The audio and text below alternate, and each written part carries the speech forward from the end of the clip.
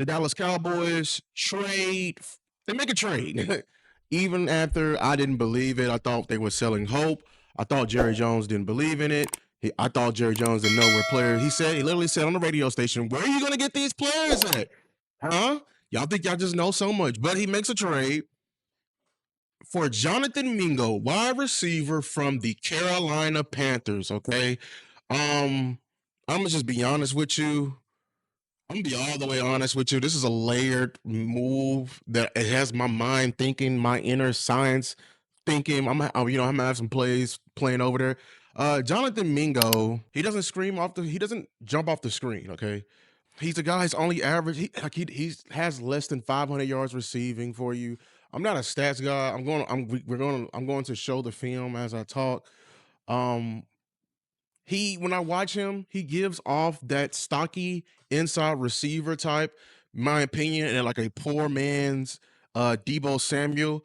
Um, you know, he doesn't have the quickness to separate, which that doesn't really help us. He's not a separation guy. He's just a guy that he can create, and when he gets the ball in his hands, he's very physical with the ball. I love the initiative and the need for contact that has in him, and I think that's. I wonder if that translates to the blocking part of it because we need somebody. Maybe he can be the point guard when we run that bunch tight set, and we love you know running that crack toss or having our wide receivers crack across the street, across the formation, and have them block in guys on the line of scrimmage. Does he do that? I don't know. We don't see it on film.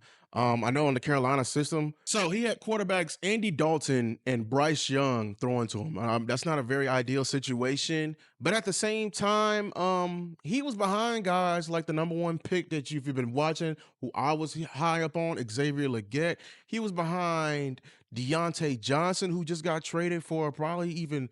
I think he went for like a lower pick, and he's a more impactful move.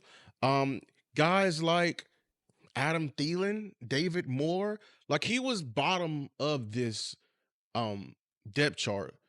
And if you let Carolina Panthers fans tell you, like he was phasing out their offense, and he probably would have been a cut at the end of the season. So, why did the Cowboys make this move? I mean, such a negative way to look at it. From when you see everything lined up and how we pretty much it looks like early on we got fleeced, but what are the bright spots? Why did we do this? For one, man, I think we're a victim of the Cowboys love to keep their scouting reports from previous drafts for multiple years, man.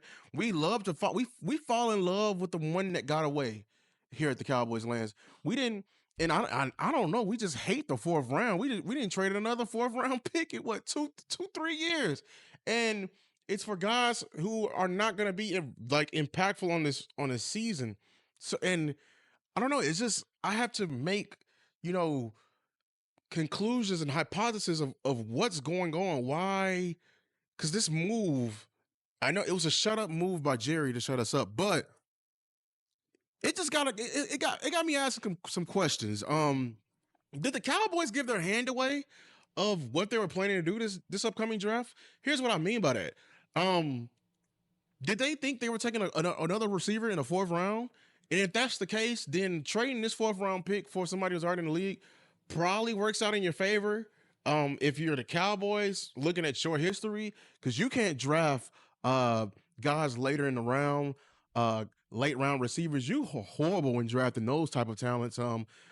Should we go down a name of lists that you had come through here with those guys? You had a Ryan Flournoy too that you drafted, and he's a physical receiver too. So I don't know. Are there some type of redundancy? I know for sure that this guy is not a McCarthy guy because he's a guy. I think he's a Shanahan guard because, in my opinion, he's a poor man's Debo Samuel. He's a poor man's Debo Samuel. He's somebody. If you can scheme and give him the ball in space and actually create matchups, he can be dangerous. But I don't trust McCarthy to do it. So, and now let's evaluate the roster of guys who has translatable skills and they are coachable within multiple systems because the next coach within here, are they going to like the guy? Can they incorporate him? I don't know.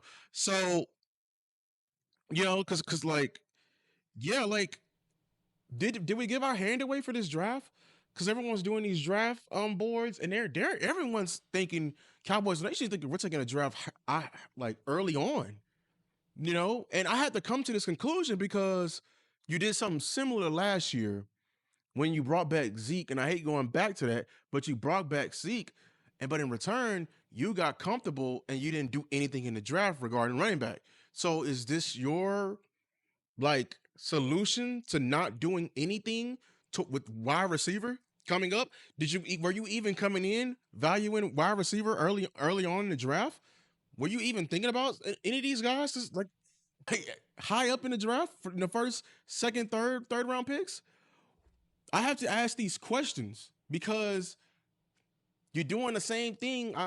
You having some repeated behaviors, and I have it's not much evidence, but I have some evidence of you on how you acted. So that's what's very interesting, in my humble opinion, about them trading for this kid. Because they made this trade. This is everyone else is trading for rentals. I don't think this is a rental type of trade.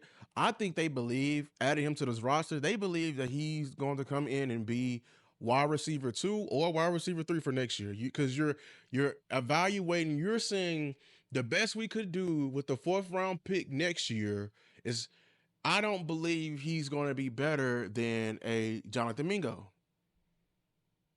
That's what you're saying with this pick. So, and with that, wow.